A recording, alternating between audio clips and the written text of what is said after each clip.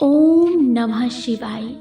भगवान शिव कहते हैं, हे पार्वती, अब मैं 7वें अध्याय का महात्म्य बतलाता हूँ, जिसे सुनकर कानों में अमृत राशि भर जाती है। पाटलिपुत्र नामक एक दुर्गम नगर है, जिसका द्वार बहुत ही ऊंचा है। उस नगर में शंकुकरण नामक एक ब्राह्मण रहता था। उसने वेश्यावृत्ति का आश्रय लेकर बहुत धन कमाया, किंतु ना तो कभी पितरों का तर्पण किया और ना ही देवताओं का पूजन ही किया। वह धनोपार्जन में तत्पर होकर राजाओं को ही भोज दिया करता था। एक समय की बात है, उस ब्राह्मण ने अपना चौथा विवाह करने के लिए पुत्रों और बंधुओं के साथ यात्रा की। मार्ग में आधी रात के समय जब वे सो रहा था, तब एक सर्प ने कहीं से आकर उसकी बाह में काट लिया। उसके काटते ही ऐसी अवस्था हो गई कि मणि, मंत्र और औषधि आदि से भी उसके शरीर की रक्षा असाध्य जान पड़ी। तत्पश्चात कुछ ही क्षणों में उसके प्राण पखेरु उड़ गए और वह प्रेत बना। फिर बहुत समय के बाद वह प्रेत सर्प योनि में उत्पन्न हुआ। उसका बित धन की वासना में बंधा था। उसने पूर्व वृतांत को स्मरण करते हुए सोचा, मैंने घर के बाहर करोड़ों की संख्या में अपना जो धन गाड़ रखा है, इससे इन पुत्रों को वंचित करके स्वयं ही उसकी रक्षा करूंगा। सांप की योनि से पीड़ित होकर पिता ने एक दिन स्वप्न में अपने पुत्रों के समक्ष आकर अपना मनोभाव बताया। तब उसके पुत्रों ने सवेरे उठकर बड़े विषम्य के साथ एक दूसरे से स्वप्न की बातें कही। उनमें से मंझला पुत्र कुदाल हाथ में लिए घर से निकला और जहां उसके पिता सर्प योनि धारण करके रहते थे, उस स्थान पर गया। यद्यपि उसे धन के स्थान का ठीक पता नहीं था, तो भी उसने चिन्हों से उसका ठीक निश्चय कर लिया और लोभ बुद्धि से वहां पहुंचकर बांबी को खोदना प्रारंभ किया।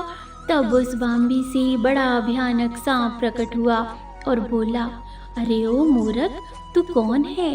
किस लिए आया है? ये बिल क्यों खोद रहा है? किसने तुझे भेजा है? ये सारी बातें मेरे सामने बताओ। पुत्र बोला, मैं आपका पुत्र हूँ, मेरा नाम शिव है। मैं रात्रि में देखे हुए स्वप्न से विस्मित होकर यहाँ का स्वर्ण लेने के लिए कौतूहल से आया हूँ। पुत्र की वाणी सुनकर वह सांप हंसता हुआ उच्च स्वर से इस प्रकार स्पष्ट वचन बोला, यदि तू मेरा पुत्र है तो मुझे शीघ्र ही इस बंधन से मुक्त कर। मैं अपने पूर्व जन्म के गाड़े हुए धन के लिए सर्प योनि में उत्पन्न हुआ हूँ। पुत्र बोला, पिताजी, आपकी मुक्ति कैसे होगी? इसका उपाय मुझे बताइए, क्योंकि मैं इस रात में सब लोगों को छोड़कर आपके पास आया हूँ। पिता बोला, बेटा, गीता के अमृतमय 7वें अध्याय को छोड़कर मुझे मुक्त करने में तीर्थ, दान, तप और यज्ञ भी सर्वथा समर्थ नहीं है। केवल गीता का 7वां अध्याय ही प्राणियों के जरा, मृत्यु आदि दुखों को दूर करने वाला है। पुत्र, मेरे श्राद्ध के दिन गीता के 7वें अध्याय का पाठ करने वाले ब्राह्मण को श्रद्धा पूर्वक भोजन कराओ। इससे निसंदेह मेरी मुक्ति हो जाएगी।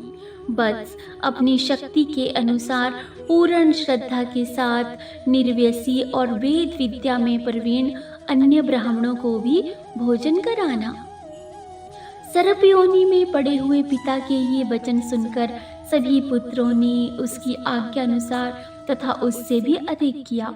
तब शंकुकरण ने अपने सर्प शरीर को त्याग कर दिव्य देह धारण किया और सारा धन पुत्रों के अधीन कर दिया। पिता ने करोड़ों की संख्या में जो धन उनमें बांट दिया था, उससे वे पुत्र बहुत प्रसन्न हुए। उनकी बुद्धि धर्म में लगी हुई थी, इसलिए उन्होंने बावली, कुआं, पोखरा, यज्ञ तथा देव मंदिर के लिए उस धन का उपयोग किया और अन्नशाला भी बनवाई। तत्पश्चात 7वें अध्याय का सदा जप करते हुए उन्होंने मोक्ष प्राप्त किया। हे पार्वती, ये तुम्हें 7वें अध्याय का महात्म्य बतलाया, जिसके श्रवण मात्र से मानव सब पातकों से मुक्त हो जाता है। अब हम सुनते हैं गीता का 7वां अध्याय, जिसमें भगवान श्री कृष्ण ने अर्जुन को कई ज्ञान की बातें बताई हैं। आइए सुनना प्रारंभ करते हैं। श्री भगवान बोले, हे पार्थ, अनन्य प्रेम से मुझ में आसक्त चित्त तथा अनन्य भाव से मेरे प्राण होकर योग में लगे हुए तुम जिस प्रकार से संपूर्ण विभूति, बल, ऐश्वर्य आदि गुणों से युक्त सबके आत्मरूप मुझको संशय रहित जानोगी, उसको सुनो। उसे मैं तुम्हें सुना रहा हूँ। मैं तुम्हारे लिए इस विज्ञान सहित तत्व ज्ञान को संपूर्णतया कहूँगा, जिसको जानकर संसार में फिर कुछ और जानने योग्य शेष नहीं रह जाएगा। हजारों मनुष्यों में कोई एक ही मेरी प्राप्ति के लिए यत्न करता है, और उन यत्न करने वाले योगियों में भी कोई एक मेरे प्राण होकर मुझको तत्व से अर्थात यथार्थ रूप से जानता है। पृथ्वी, जल, अग्नि, वायु, आकाश, मन, बुद्धि और अहंकार, इस प्रकार ये 8 प्रकार से विभाजित मेरी प्रकृति है। ये 8 प्रकार के भेदों वाली तो अपरा अर्थात मेरी जड़ प्रकृति है। और हे महाभाव, जिससे ये संपूर्ण जगत धारण किया जाता है, मेरी जीव रूपा परा अर्थात चेतन प्रकृति जानो। ये अपरा प्रकृति है, परंतु हे महाभाव, तुम इससे भिन्न मेरी श्रेष्ठ प्रकृति उसी प्राण को जानो, जिसके द्वारा ये ब्रह्मांड कायम है। हे अर्जुन, तुम ऐसा समझो कि संपूर्ण भूत इन दोनों प्रकृतियों से ही उत्पन्न होने वाले हैं, और मैं संपूर्ण जगत का प्रभव तथा प्रलय हूँ, अर्थात संपूर्ण जगत का मूल कारण हूँ। हे धनंजय, मुझसे भिन्न दूसरा कोई भी परम कारण नहीं है। ये संपूर्ण जगत सूत्र से सूत्र के मणियों सदृश मुझ में गुंथा हुआ है। हे अर्जुन, मैं जल में रस हूँ, चंद्रमा और सूर्य में प्रकाश हूँ, संपूर्ण वेदों में ओमकार हूँ, आकाश में शब्द तथा पुरुषों में पुरुषत्व हूँ। मैं पृथ्वी में पवित्र, गंध और अग्नि में तेज हूँ, तथा संपूर्ण भूतों में उनका जीवन हूँ, और तपस्वियों में तप हूँ। हे अर्जुन, तुम संपूर्ण भूतों का सनातन बीज मुझको ही जानो। मैं बुद्धिमानों की बुद्धि और तेजस्वियों का तेज हूँ। हे भरत श्रेष्ठ, मैं बलवानों का आसक्ति और कामनाओं से रहित बल अर्थात सामर्थ्य हूँ, और सब भूतों के धर्म के अनुकूल अर्थात शास्त्र के अनुकूल काम हूँ। और भी जो सत्व गुण से उत्पन्न होने वाले भाव हैं और जो रजोगुण से होने वाले भाव हैं, उन सबको तुम मुझसे ही होने वाले हैं, ऐसा जानो।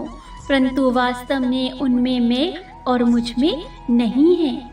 गुणों के कार्य रूप सात्विक, राजस और तामस, इन 3 प्रकार के भावों से ये सारा संसार प्राणी समुदाय मोहित हो रहा है। इसलिए इन तीनों गुणों से परे मुझ अविनाशी को नहीं जानता, क्योंकि ये अलौकिक अर्थात अति अद्भुत त्रिगुणमयी मेरी माया बड़ी दुस्तर है। परंतु जो मनुष्य केवल मुझको ही निरंतर भजते हैं, वे इस माया को उल्लंघन कर जाते हैं, अर्थात संसार से तर जाते हैं। माया द्वारा जिनका ज्ञान हटा दिया जाता है, ऐसे आसुर स्वभाव को धारण किए हुए मनुष्यों में नीच दूषित कर्म करने वाले मूढ़ लोग मुझको नहीं भजते हैं। हे भरतवंशियों में श्रेष्ठ अर्जुन, उत्तम करने वाले अर्थार्थी, आर्त, जिज्ञासु और ज्ञानी, ऐसे 4 प्रकार के भक्तजन ही मुझको भजते हैं। उनमें नित्य मुझ में एक ही भाव से स्थित अनन्य प्रेम भक्ति वाला ज्ञानी भक्त अति उत्तम है, क्योंकि मुझको तत्व से जानने वाले ज्ञानी को मैं अत्यंत प्रिय हूँ, और वह ज्ञानी मुझे अत्यंत प्रिय है। ये सभी उदार हैं, परंतु ज्ञानी तो साक्षात मेरा स्वरूप ही है, ऐसा मेरा मत है। क्योंकि ये मदगत मन, बुद्धि वाला ज्ञानी भक्त अति उत्तम गति स्वरूप मुझ में ही अच्छी प्रकार से स्थित है। बहुत जन्मों के अंत के जन्म में तत्व ज्ञान को प्राप्त पुरुष सब कुछ वासुदेव ही है। इस प्रकार मुझको बचता है वे महात्मा अत्यंत दुर्लभ है। उन भोगों की कामना द्वारा जिनका ज्ञान हटा जा चुका है, वे लोग अपने स्वभाव से प्रेरित होकर उस समय नियम को धारण करके अन्य देवताओं को भजते हैं अर्थात पूजते हैं। जो सकाम भक्त जिस देवता के स्वरूप को श्रद्धा से पूजना चाहता है, उस भक्त की श्रद्धा को मैं उसी देवता के प्रति स्थिर करता हूँ। वे पुरुष उस श्रद्धा से युक्त होकर उस देवता का पूजन करता है और उस देवता से मेरे द्वारा ही विधान किए हुए इन इच्छित भोगों को निसंदेह प्राप्त करता है। परंतु उन अलग बुद्धि वालों का बेफल नाशवान होता है तथा वे देवताओं को पूजने वाले देवताओं को प्राप्त होते हैं और मेरे भक्त चाहे जैसे ही भजे अंत में वे मुझको ही प्राप्त होते हैं। बुद्धिहीन पुरुष मेरे अनुत्तम अविनाशी परम भाव को न जानते हुए मन इंद्रियों से परे मुझे सच्चिदानंद घन परमात्मा को मनुष्य की भांति जन्म कर व्यक्ति भाव को प्राप्त हुआ मानते हैं। अपनी योग माया से छिपा हुआ मैं सबके प्रत्यक्ष नहीं होता, इसलिए ये अज्ञानी जन समुदाय मुझ जन्म रहित अविनाशी परमेश्वर को नहीं जानता, अर्थात मुझको जन्मने मरने वाला समझता है।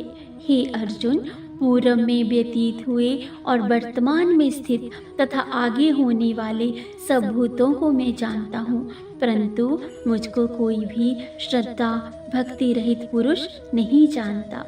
हे भरतवंशी अर्जुन, संसार में इच्छा और द्वेष से उत्पन्न सुख दुखादि द्वंद्व रूप मोह से संपूर्ण प्राणी अत्यंत अज्ञता को प्राप्त हो रही हैं, परंतु निष्काम भाव से श्रेष्ठ कर्मों का आचरण करने वाले जिन पुरुषों का पाप नष्ट हो गया है, वे रोग द्वेष जनित द्वंद्व रूप मोह से मुक्त दृढ़ निश्चयी भक्त मुझको सब प्रकार से भजते हैं। जो मेरी शरण होकर जरा और मरण से छूटने के लिए यत्न करते हैं, वे पुरुष उस ब्रह्म को, संपूर्ण अध्यात्म को, संपूर्ण कर्म को जानते हैं। जो पुरुष अधिभूत और अधिदेव सहित तथा अधियज्ञ सहित मुझे अंतकाल में भी जानते हैं, वे युक्त चित्त वाले पुरुष मुझे जानते हैं अर्थात प्राप्त हो जाते हैं। इसी के साथ भगवत गीता का ये 7वां अध्याय समाप्त हुआ। ओम नमः शिवाय। हर हर महादेव। ओम नमो भगवते वासुदेवाय।